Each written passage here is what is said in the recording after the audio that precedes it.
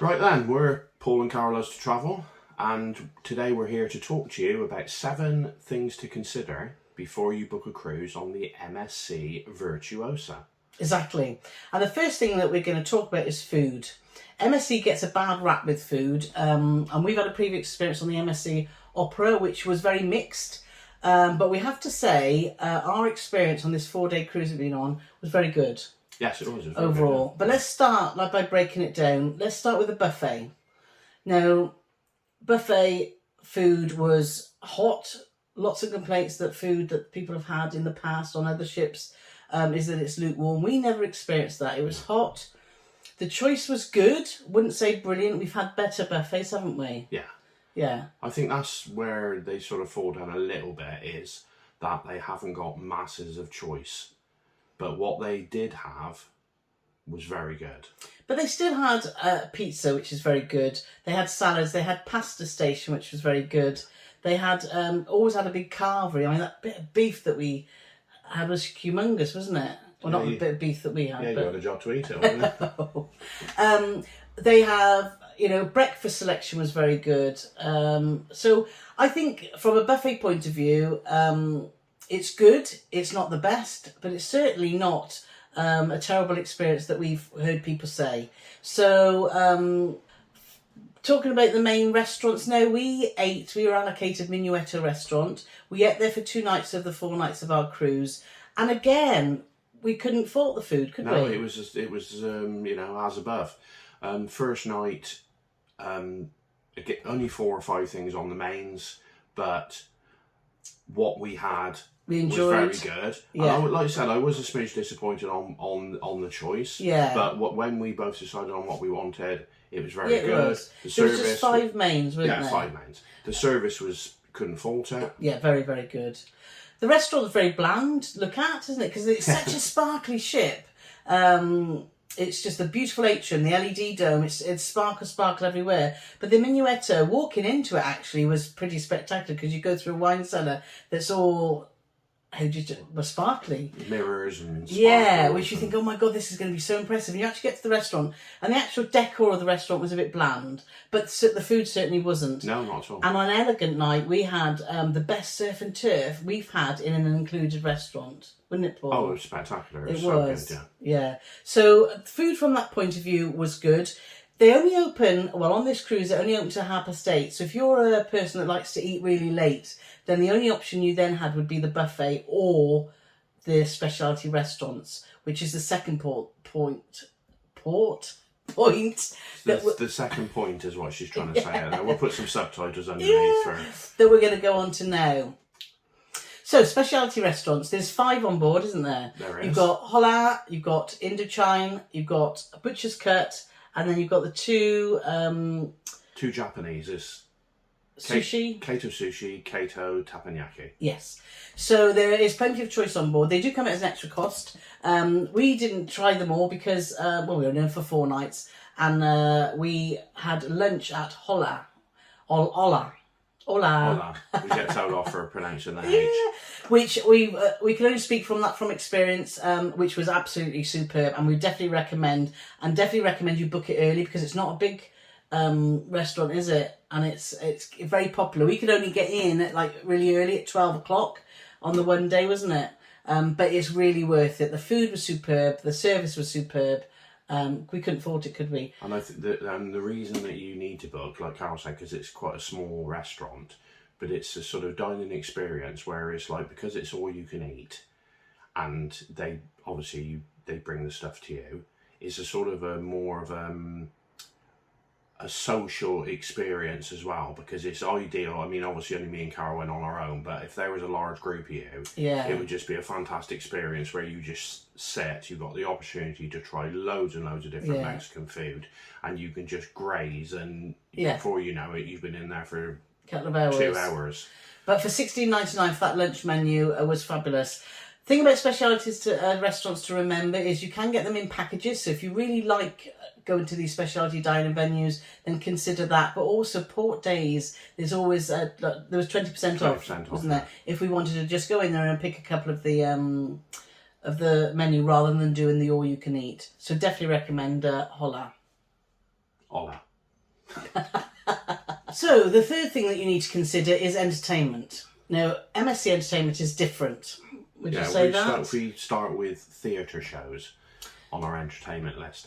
Now, if you want to go to a show and you're expecting a West End type thing where it might be, A story. Lion King or We Will Rock You or something like that, you'll be sorely disappointed, because what they do is they just do half an hour of singing and dancing with a very tenuous link, because when you see the name of the show you think, oh, I wonder where they're going with this, and it might be that one of the songs might mention the name of that show, and that's about as close as that. But there's no storyline.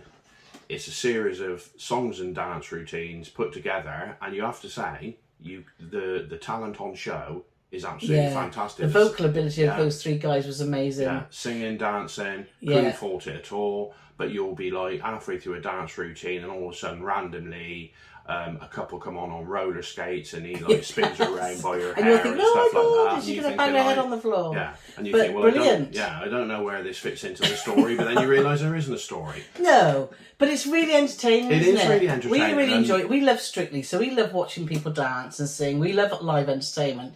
So regardless of there being no story, we thoroughly enjoyed it. But we know it, for some people it's not their thing. And that's fine, because, if we all like the same thing, it'd be a boring old life. It would. So the theatre shows are short, snappy, entertaining, but you do get confused. And another thing to remember is, which we've never experienced before, but I'm sure it's going to be going forward. I would imagine most cruise lines are going to do it anyway. But you have to book. But booking is so easy because there's screens all around the ship, and you just go on there. You say you want to go to the theatre, you say what show you want to go to, you scan your card, you're sorted. Don't have to book a seat or anything, it's just so they know how many people... So they know what numbers they've got, and then if you haven't booked and you turn up and it's full, well, you're out of luck, really. Yeah, but that never happened to us, did it? Well, no, it never happened to us, but bearing in mind, there was less than 1,000 passengers on our cruise, and the theatre does only hold 945 passengers. So I'd like to see how it pans out. Yeah. 2 shows a night. But I think, talking to other passengers, normally MSC do 3 shows. Yeah. But 3 shows a night. Yeah, it's only still half of the passengers. It's less than half the passengers on board. Yeah. So, but that's not our problem. No, exactly.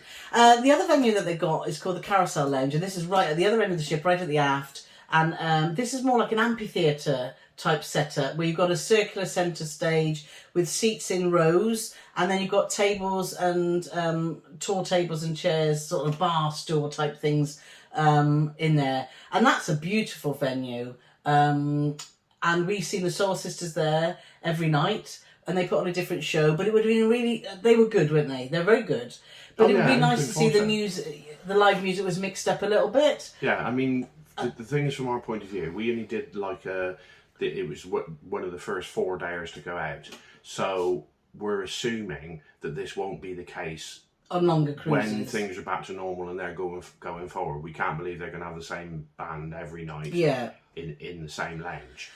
But the Carousel Lounge was a lovely lounge, and actually in the day it's got the most beautiful views over the aft, but they seem to, every time you tried to go in, they just thought, what a beautiful place to sit. Just with your book or to watch the world go by. But every time I went down there, it was closed for rehearsals. And I think, what a waste of a stunning, stunning place on a ship. Yeah. But maybe we just timed it wrong. Yeah. And the only time we did actually get in there was when we were dropped back in Southampton, wasn't it? Yes. And we managed to think, oh my God, the view is brilliant, but we weren't able to see anymore. But anyway, so that's the Carousel Lounge. The Virtuosa Lounge is another live entertainment venue, which is on the... Galleria Virtuosa, the main, LED screen road. LED screen road. Where that come out. And that has live music every night. And the band sounded fab in there, but we could never get a seat. I know it's socially distanced seats now, but there was only 1,000 passengers on. So when that's rammed, with fully, 6,000 passengers or whatever, you're never going to get a seat unless you get in there really early. I think a lot of people that went in there, because it was right outside the theatre, maybe people felt that watching a live band there, because like I said, the shows aren't everybody's cup of tea, so maybe Yeah, I think it's just a prime position. Yeah. It's a popular. People walk past, hear good music, you want to go in, don't you? Especially It was a on really that. nice atmosphere, and you can sit there and you look at the LED dome. So it's a lovely place to sit next to the chocolate. You can watch them make all the chocolate octopuses and whatever they're up to. But anyway, we digress. Yeah. I do like how Carole doesn't go off on a tangent very much. So back to entertainment. The other thing that they had on there, which is right at the bottom of the atrium, the beautiful, beautiful atrium, was classical music. And so if you just really like that very, what's the word? Ambient. Ambient. Oh my God. It's what I would class as very easy listening. Yes. Even though Carole said it's classical music, she obviously didn't listen to it very much because there was a lady playing a grand piano, but most of the stuff she played was actually modern music. She didn't play a lot of classical music. It was mostly then there was the three. and then they had the trio two guitarists and a violinist, and they sort of played. I don't know how you describe it really. It's It had that classical music feeling. yeah, but all all instrumental, no singing. Yeah. But just very, very easy listening and Yeah. very in keeping with what you would like when you're sitting in a beautiful atrium. Yeah, and you've got the champagne bar there, haven't you? And it's just nice to sit there and listen to that with that in the background. So yeah, so that's the entertainment. So next up, another thing to consider is the MSC Virtuosa has got a lot of outside space, but it hasn't got a full promenade deck. Now, anyone that knows us or been following us, we do love a promenade deck. It does have a promenade deck, but it's literally basically a deck to actually access the lifeboats. So the lifeboats aren't even above it, they're actually there. So totally obstructing any view that you have.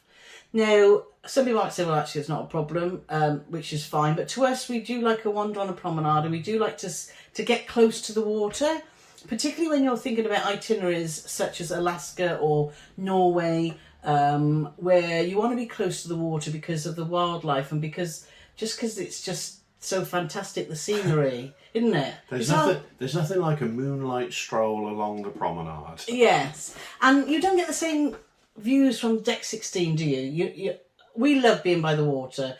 So if you are like us and do love a promenade deck, we love watching the pilot get on board. We love seeing the activity, don't we, of how the ship works and stuff. So, and from the promenade, you often get that view, which you don't get from the higher decks. So just something to consider about is if you love a promenade, then the MSC Virtuosa doesn't have, well, it does have one, but not a good one. Would you say that? Yes. Yeah, what you just said. Yeah. And the other thing as well to think about is we also love getting right to the front of a ship and a bow view, so that you can see out to sea with the nose of the ship going in the direction you go in. The only way you can do this on the MSC Virtuosa if you are a yacht club guest, because that is a beautiful area, which we're so grateful to Antonio Paradiso, still I said it right, and the team for allowing us to visit there, because it's a fantastic area, but it's right at the front of the ship. But as a normal, like when we just booked a Bella experience, you can't get to the front of the ship, which we... So you can't do I'm the king of the world. Yes, no, you moment. can't do that. So you can't do that on many ships now. No. But you can do it on a few still, like the Braemar, can't you? But anyway, so that's another thing to consider. Going back to Yacht Club, if you've got the budget and you want to treat yourself, our little taster we had, it was amazing, That's wasn't fantastic, yeah. But it does cost about double the price of your sort of normal experience. But the views so from quite, there were so quite a lot just to see the front of the ship. Yeah, it is. It comes with a bit more than that. Yes, Paul. it does. But anyway, so so that's the sort of the outside areas. But they've got fantastic pool areas, haven't they? Which takes us on to our last point, which is all about families. Now, obviously, we travel. Lucas is now grown up, so we often travel with adults and often choose adult-only ships because, that's our thing. However, if you are a family that want to cruise and you want to keep the kids occupied, this ship was...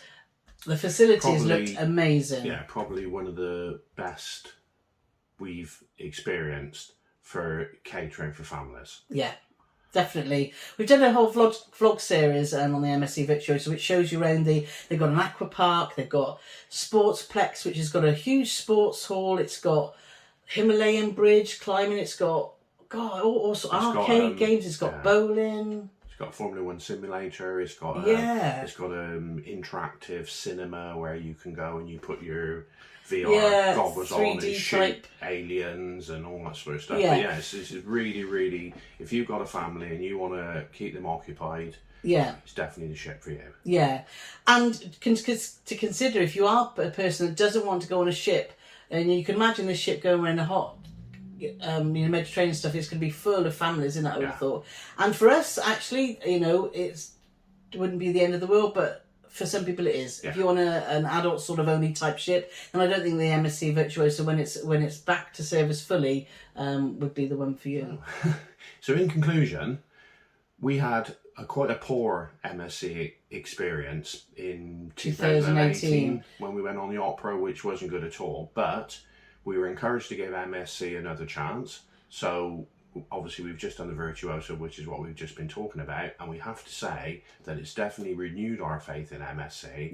And we would definitely be giving them another go in the very near future, I would imagine. Yeah, I agree. I think it's all about, and it's with any cruise line, pick the ship that's right for you. People say, I went on this cruise, I hated cruising. It's like, but why would you on earth pick that ship? Because it does nothing that you want, that you like. So the key to enjoying cruising is picking the right ship for you. And the MSC Virtuosa has got so much to offer that, we were very impressed overall. We were impressed with the service. We were very impressed with all the protocols post-COVID that were on board, except for disembarkation. But check out our vlogs, you'll see why.